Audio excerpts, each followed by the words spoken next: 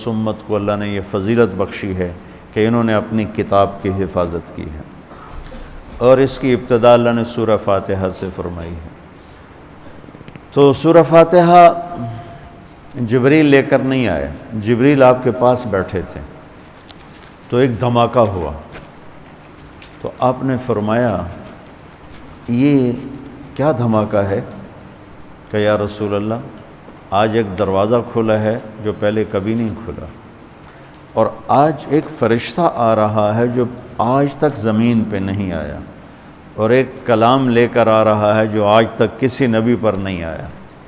تو وہ فرشتہ حاضر ہوا اور آپ کو 2 کلام پیش کیے، ایک سورۃ فاتحہ اور ایک سورہ بقرہ کا آخری رکوع آمن الرسول سے لے کر آخر تک۔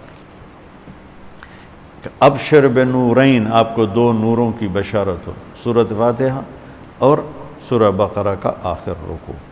تو ہم تھوڑی سی بات سورہ فاتحہ پر کریں گے کہ میرے نبی نے فرمایا اوتیت المثانیہ مکان التورات والمائدہ مکان الانجیل والحوامیم مکان الزبور وفضلت بالمفصلات۔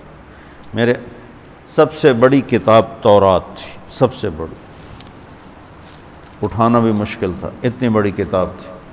میرے نبی نے کہا اللہ نے مجھے تورات کے بدلے میں سورہ فاتحہ دی تھی، 7 آیات سورہ فاتحہ دی تھی۔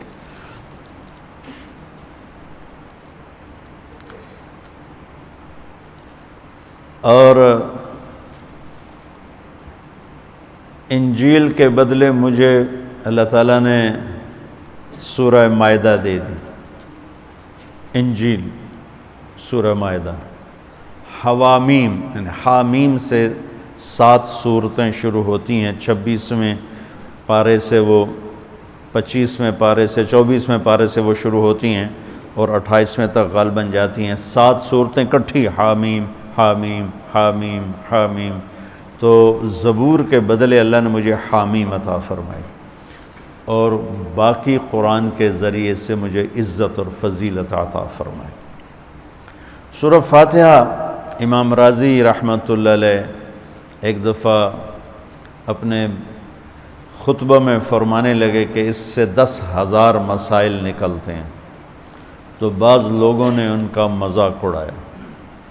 وہ مذاق اڑانا تفسیر رازی کا سبب بنا، تفسیر کبیر کا، کہ فرمایا کہ جب انہوں نے میرا مذاق اڑایا تو میں نے اللہ کا نام لے کر قلم اٹھایا اور میں نے لکھنا شروع کیا۔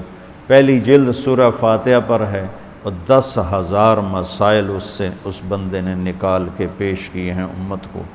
کبھی موقع ملے تو آپ پڑھ لینا۔ اور حضرت علی کا فرمان ہے امام المتقین، اگر میں سورہ فاتحہ کی تفسیر کروں، سورۃ فاتحہ کی تفسیر لکھواؤں تو 70 اونٹوں پہ لادی جائے گی، 70 اونٹوں پہ۔ اور یہ خالی دعویٰ نہیں تھا، ایک حدیث اور سنو۔ ایک دفعہ عشاء کی نماز پڑھا کے تشریف فرما ہوئے اور فرمایا آؤ آج میں تمہیں سورہ فاتحہ کی تفسیر سناؤں۔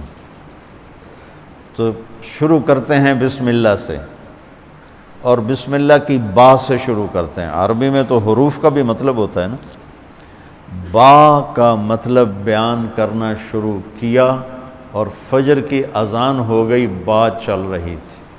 سبحان اللہ۔ ہم نے تو تم نے تو شاید وہ کتاب دیکھی نہیں، وہ شرح میت عامل الباء للالصاق مررت بزید، ہمیں تو بس اتنا ہی آتا ہے۔ یا حرف جر ہے، باؤ تاؤ کاف و لام و واؤ منز و مزخلا رب حاشا من عدا حتی، کیا ہے حتی الہ، وہ جو نحمیر زبانی یاد کی تھی۔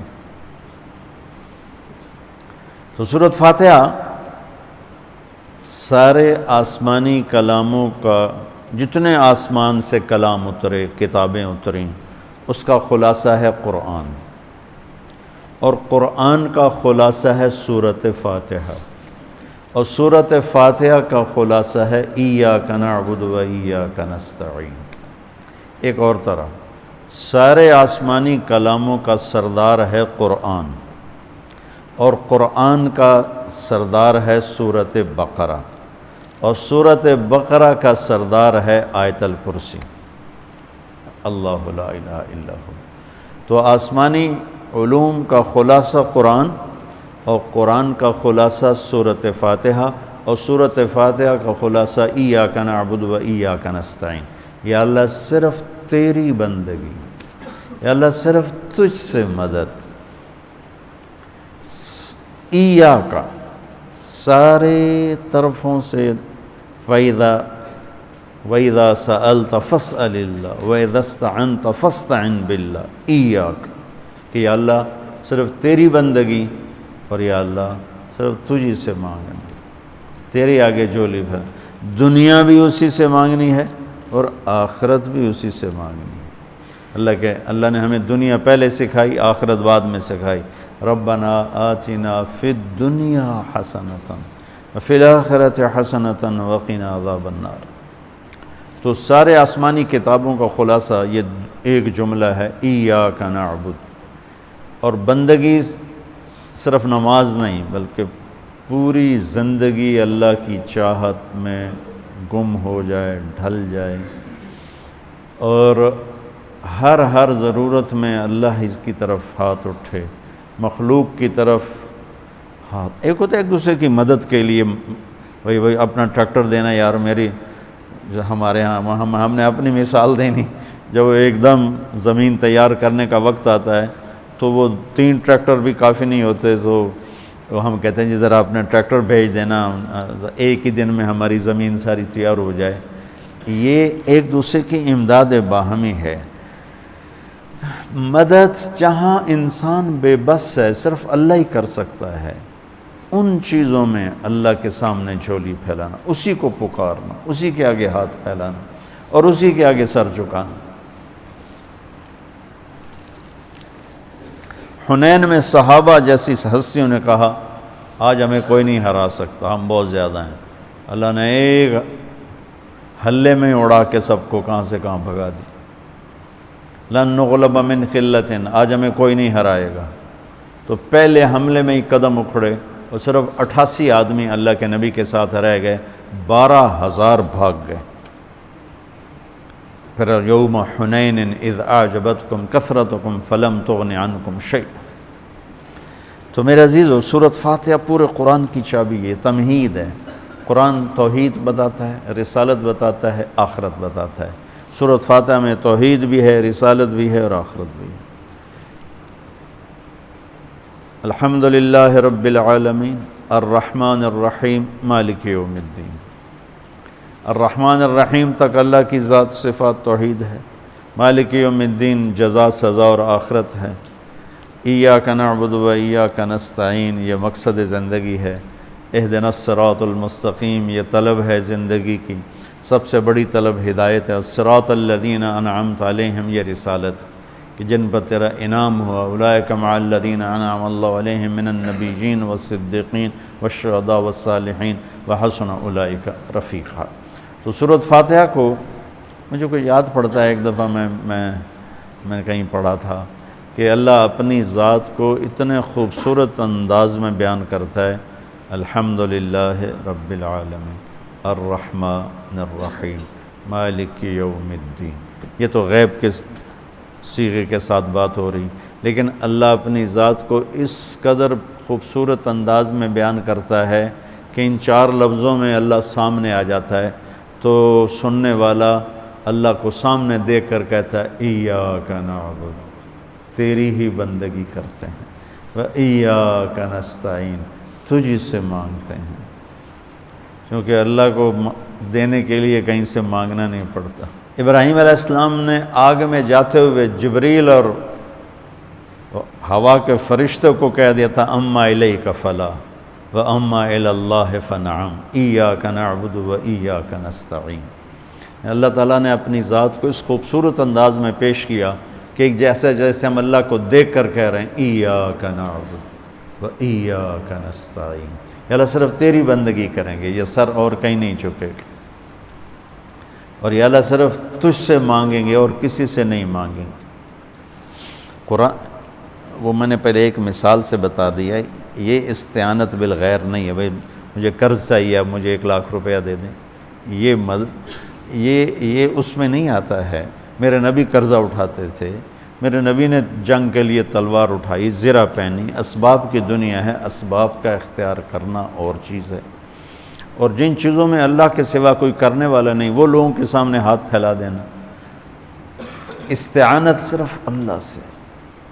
اگر آپ نماز کی عادت ڈال لو نا، آپ پڑھتے ہو لیکن ہر حاجت میں مصلی پہ آ جاؤ، پھر آپ کو ایاک نستعین کا مزہ آئے۔ اپنی حاجت نماز کے ذریعے اللہ کے سامنے رکھو۔ ایک بدو طواف کر رہا تھا، یا اللہ تجھے پتہ ہے نا میں بھی بھوکا ہوں اور میری اونٹنی بھی بھوکی ہے، اور مجھے کھانے کو میرے بچے بھی بھوکے اور میں بھی بھوکا۔ ایک آدمی ساتھ سن رہا تھا تو اس نے جلدی سے اپنے تھیلی نکالی درہموں کی، کہ میرے بھائی قبول فرما، کا پیچھے ہٹ، تو اس سے لینا ہوتا تو اس کے گھر میں آتا، جس کے گھر آیا ہوں اسی سے لینا، چل چل مجھے نہیں چاہیے۔ وہ طواف سے فارغ ہوا تو اعلان ہوا فلاں ابن فلاں کہاں ہے، تو یہ خود تھے، کہا جی میں ہوں، کہا آپ کے چچا کا انتقال ہوا ہے تو انہوں نے اپنی ساری وراثت آپ کے نام کر دی ہے چونکہ ان کی اولاد کوئی نہیں تھی۔ تو 1 منٹ میں اللہ تعالیٰ نے قبول فرمائی۔ ہشام بن عبد الملک اور سالم بن عبداللہ بن عمر بیت اللہ کا طواف فرما رہے تھے، تو ہشام نے کہا سالم کوئی ضرورت تو بتاؤ، تو وہ کہنے لگے اللہ کے گھر میں ہو کر میں اللہ کو نہ بتاؤں تمہیں بتاؤں، کتنے شرم کی بات۔ تو ہشام چپ ہو گیا۔ ہشام بادشاہ تھا بنو امیہ کا۔ تو جب دونوں باہر نکلے تو ہشام نے کہا اچھا اب تو بولیے، کوئی ضرورت بتائیں۔ تو سالم بن عبداللہ بن عمر، حضرت عمر کے پوتے، کہنے لگے کیا بتاؤں، دنیا کی یا آخرت کی؟ وہ کہنے لگا دنیا کی بتاؤ، آخرت کی میں کیا پوری کروں گا؟ تو وہ کہنے لگے دنیا تو کبھی اللہ سے نہیں مانگی، تجھ سے کیا مانگا؟ ما سألت من یملکھا فکیف من لا یملکھا، جو دنیا کا شہنشاہ ہے، دنیا تو اس سے کبھی نہیں مانگی، تم سے کیا مانگوں گا؟ تو میرے عزیزو، سارے قرآن کا خلاصہ یہ 2 لفظ ہیں، ایاک نعبد۔ امت اللہ کے سامنے سر جھکا دے، ہر حرام چھوڑ دے، ہر حلال پہ آ جائے۔ بندگی صرف نماز نہیں ہے، بازار کی بندگی کیا ہے؟ سچائی، ناپ تول کا پورا ہونا، وعدے کو وفا کرنا، کھوٹ ملاوٹ سے بچنا، یہ بازار کی عبادت ہے۔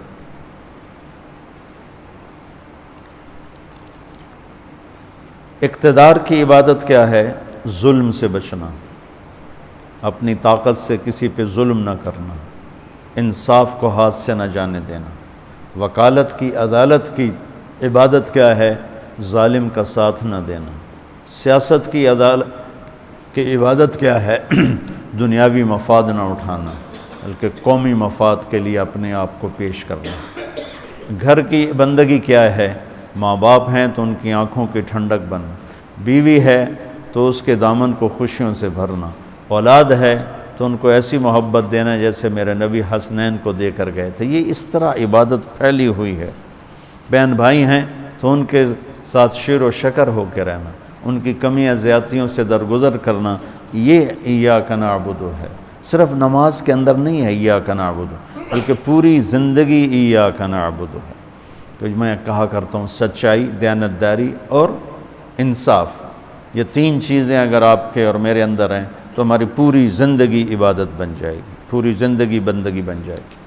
وَإِيَّاكَ نَسْتَعِينُ، جب اس کے سامنے سر جھکاؤ گے پھر ہاتھ اٹھاؤ گے تو مزہ بھی آئے گا، مانگنے کا بھی، اس کے دینے کا بھی۔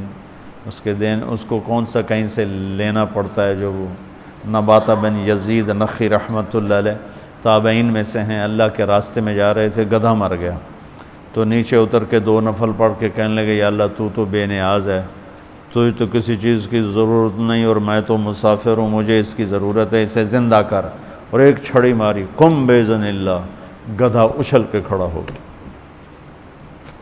اور امام شعبی، شافعی نہیں شعبی فرماتے ہیں کہ میں نے اس گدھے کو دمشق کے بازار میں فروخت ہوتے دیکھا، اور وہ نباتا پہلے فوت ہوئے، کھوتا بعد وچ مریا، ایسی دعا قبول ہوئی۔